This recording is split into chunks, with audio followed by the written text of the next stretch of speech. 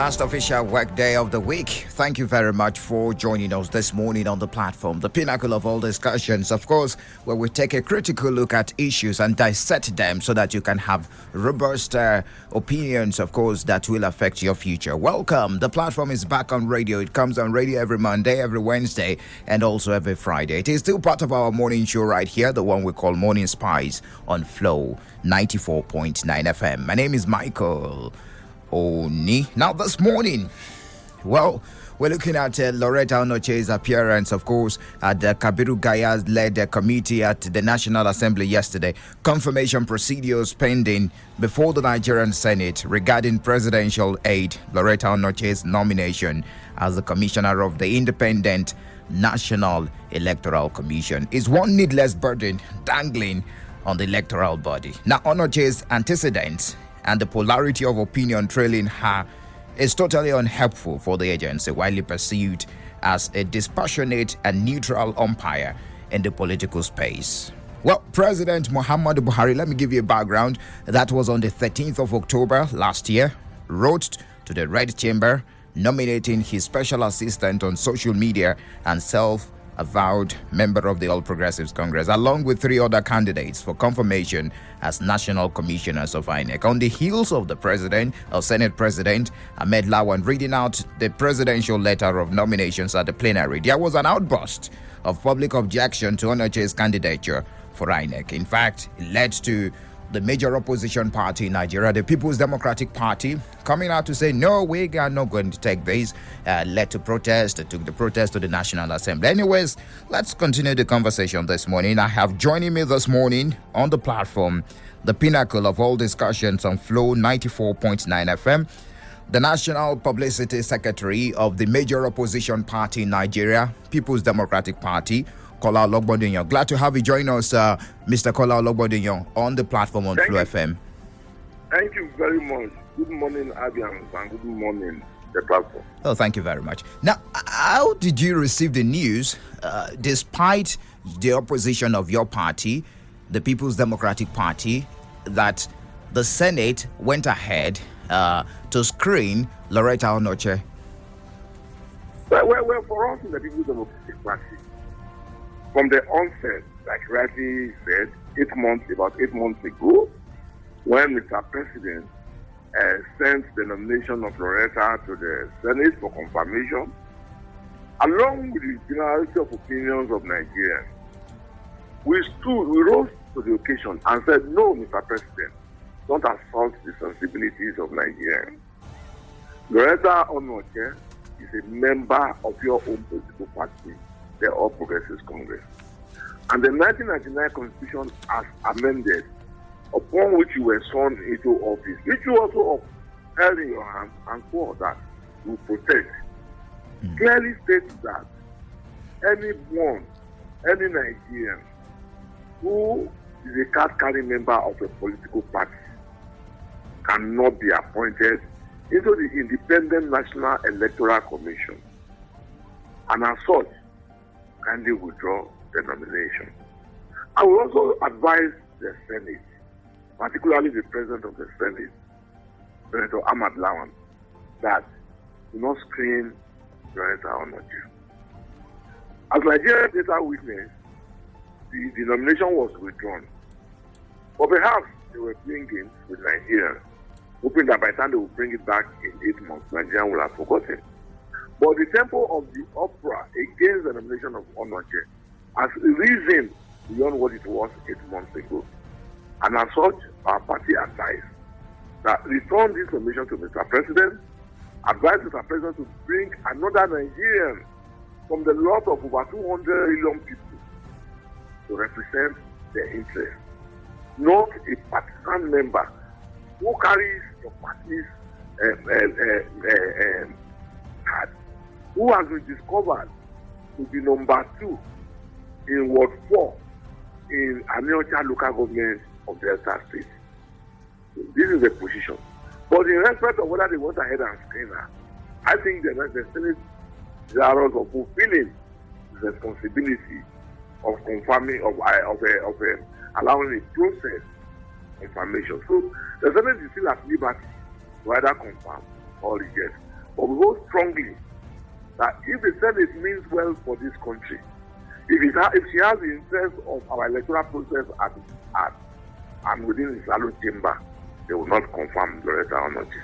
Okay, I'm sure you followed the proceedings yesterday at the committee screening at the National Assembly, and she said something. It was actually during the screening of Lauretha Onochie, the woman in question, concerning the position she's aspiring, Inec commissioner. Now, she said that she's out of politics. She described herself as Madam Due Process, that she's out of politics. She has been out of politics, according to her, since 2019, which makes her a non-partisan figure as far as Independent National Electoral Commission is concerned. I don't know what will be your reaction to this, Mr. Kola.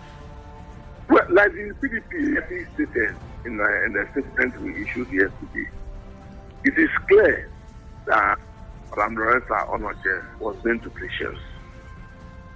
In 2020/2021, Madam Lauretha Onochie went to the Federal High Court in Abuja here and swore to an oath, making a declaration before the law that she's a member of the Progressive Congress. She went to give testimony before the court, was cross-examined. She reaffirmed her membership to the Progressive Congress just because of the desperation to be appointed a commissioner. She went before the Senate chamber or the Senate committee on Inec and said that, she hasn't done anything politically since 2019 after President Muhammadu Buhari's election. That's a lie. And if that is enough to disqualify her from going to Inec.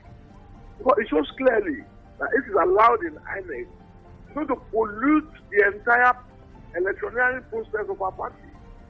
And she will come back and make excuses. So we believe that she's not fit to perform that responsibility in INEC. Because it was after 2019 that she went to court and swore to an affidavit. She swore on oath to an affidavit that is a member of the Progressive Congress. She went back to the court to reaffirm this membership. And even as we speak, and until she appeared before the committee, there is no letter of resignation from APC to her ward. And even as we speak now, the matter in which she went to court for is still in the court. She has not written to the court to withdraw that section. The number 3 part of her affidavit, where she declared her membership of APC, is still standing before the law. I do not think that Nigerians should be taking on this kind of a ride in which someone will pick and choose what she is, just because looking for an appointment. Okay, and our party strongly advised Mr. President to withdraw this nomination. Despite all these, despite all these evidences against her that you have as a party, and you're saying she is she is a partisan. She is partisan as far as politics in the Nigeria's space is concerned. Despite all these, the Senate went ahead, which you said it's not wrong. Let's be very speculative now. Should in case the Senate should go ahead and confirm her nomination, what will PDP do as a political party? I do not want to believe that given this overwhelming evidence against Lauretha Onochie, that the Senate will go ahead to confirm her. I do not want to suggest in any manner that the Senate, related by politicians, will sit down and allow a partisan membership in INEC. I do not want to believe that the Senate, populated by Nigerians, who I believe or were actually sworn in, holding the 1999 Constitution as amended, will take any action that will flagrantly defy the provisions of that Constitution. I don't want to subscribe to it. I don't want to believe it. All right. Okay. Beyond Lauretha Onochie's issue, I would like to take you on some other issues concerning the People's Democratic Party this morning on the platform. And I'm sure your members of the party in Abia State will also like to get the opinion of the national body on some issues. Let's begin with the gale of defection rocking your party, which you've come out to say we're not so happy and we might go to court to challenge some of our governors defecting. I want to start from Abia State. You have a governor of PDP in the person of Dr. Okezekwazu, is a member of your party. And there are rumors that we would like to clarify this morning on the program, the platform, especially from the headquarters of the People's Democratic Party. Is there any time that the governor of Abia State submitted, of course, made it pointing out that he's going to defect to the APC? Has there been any time like that?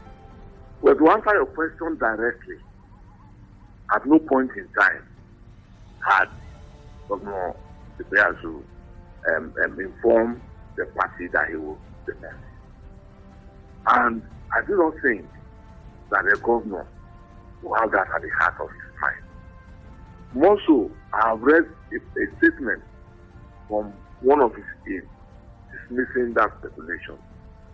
But you must understand, and I want Nigerians to also understand this, that the All Progressives Congress, having failed to fulfill the simplest of its promises to Nigerians, now believe that the way out for them in 2023 is to go around harassing the governors elected on the platform of the Democratic Party, intimidating them, and also saying that the solution to this intimidation is for them to join the All Progressives Congress.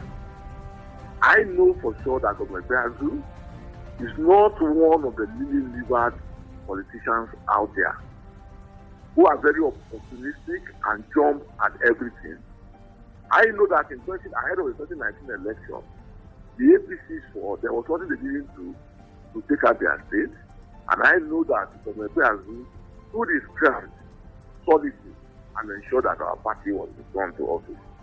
And having achieved that momentum, I do not believe that Governor Ibeazu, for anything whatsoever, will come and join a party and government that have suffered Nigerians so much in a manner that their record in their political history will be worse than the existence of this country. I don't believe that Governor Ibeazu will want to team up with such a. Now, the ranks of PDP in the Southeast seems to have been infiltrated. You once had the leader of the Governors Forum in the Southeast was once your member, who is the governor of Ebonyi State, Dave Umahi, and it started as speculation. It started as rumor before he decamped. Suddenly, it was shocking, especially to your party. And now there are speculations that the governor of Abia State might defect.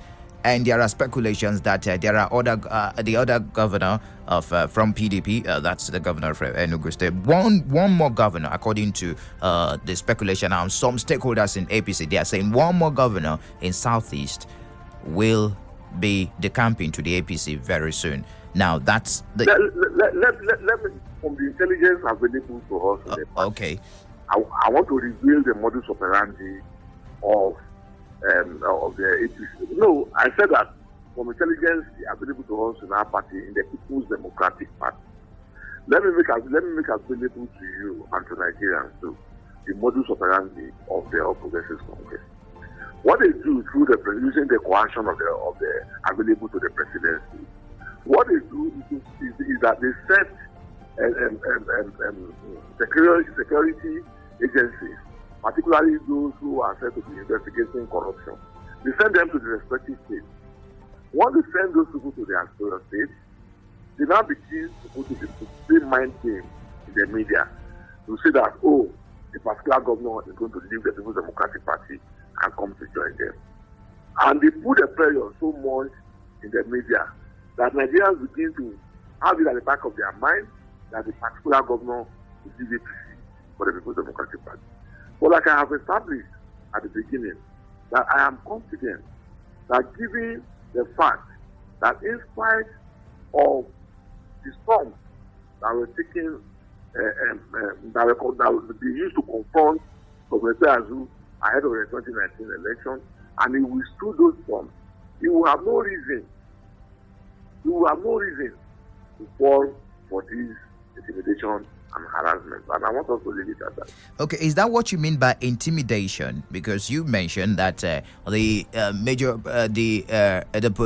ruling political party in Nigeria is intimidating the governors from the opposition party. We would like you to expatiate more on that. Intimidation, that word. It's a very serious word. I've said it clearly. For instance, I'll give you a practical example. All right. On Zamfara State.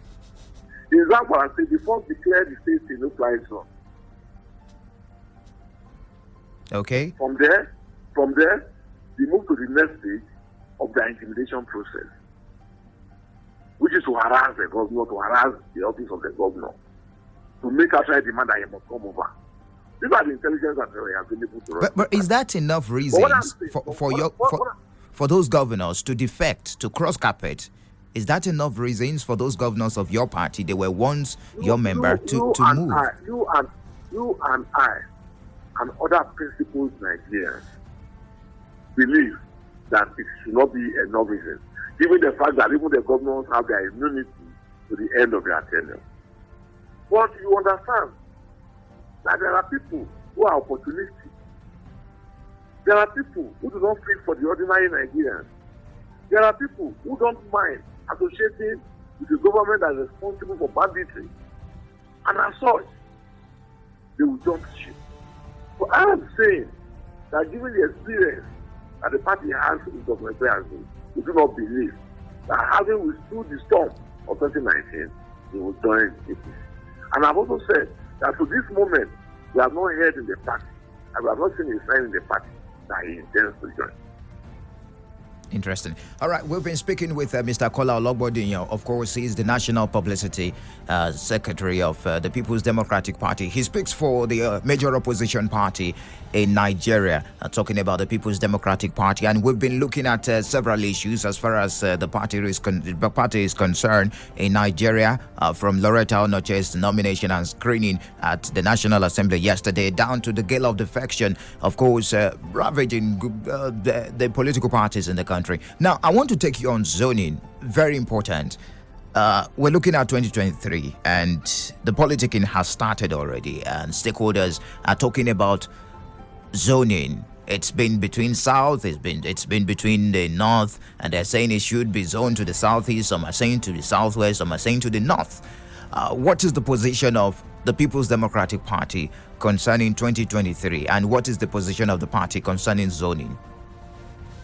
As we speak, as you and I are talking now, the party has not taken a position on zoning.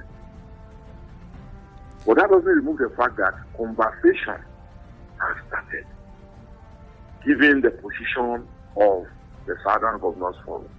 So it shows that Nigerians, including leaders in our party, have begun to converse on direction in 2023. But as regards position, no formal position has been taken. Okay, let's look at the timing. Is it proper for such conversations to hold at this time that we're still in 2021 and 2023 seems still far away with months? Well, the party is not. The party is in an opposition. Our own party. I'm not talking about it. Okay. Our own party, the People's Democratic Party, in an opposition political party, can commence conversations at any point in time where it suits us to begin to say, how do we go? What direction are we going to take? So I don't think there's anything wrong with the timing.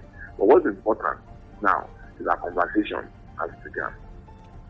Now, you threatened that the party, your principal, the chairman of the party, the national chairman, Uche Secondus, said, well, he's going to, the party is going to court if Zamfara State Governor should go ahead and cross carpet to the APC. Are you still going to court to challenge the movement, the cross carpeting of the Zamfara State Governor, Bello Matawalle, to APC? Yes, the party is going ahead to challenge in the country. And as I speak with you now, I can clearly say that we are already dotting the I's and crossing the T's of our filings. Now, are there checks put in place by your party to ensure that more governors do not defect? When you say they are being intimidated to defect, but your party should rise up and go against such intimidation. Are there checks put in place by your party? When you talk about checks, what is available to the party in the area in which you have spoken is for us to continue to appeal to our governors who are leaders by their right in our party, not to decamp or to defect to the All Progressives Congress or any other party whatsoever. Our position in the party as members of the leadership of the party to continue to appeal to the government, not to do. When you talk about checks, what check are you going to have is against somebody? Or what checks do you have over somebody who says some decision in his mind, leads him elsewhere? You don't have a check over that. What you can do is to appeal for those who are in the party and as leaders to subscribe themselves to the beliefs of our founding fathers. All right. It is still the platform, the pinnacle of all discussions on Flow 94.9 FM, the flow of Godson State. And we've been speaking with the National Publicity Secretary of the APC, or PDP rather, the People's Democratic Party, Mr. Kola. It's forbidden for me. I can't be. Mr. Kola Onochie, and he's been answering questions concerning some topical issues in Nigeria. I want to really appreciate your time this morning, Mr. Kola Onochie. Thank you very much for joining us on the platform on Flow FM. We do appreciate. Thank you very much, and thank you for bringing me in. You're welcome. Enjoy the rest of your day.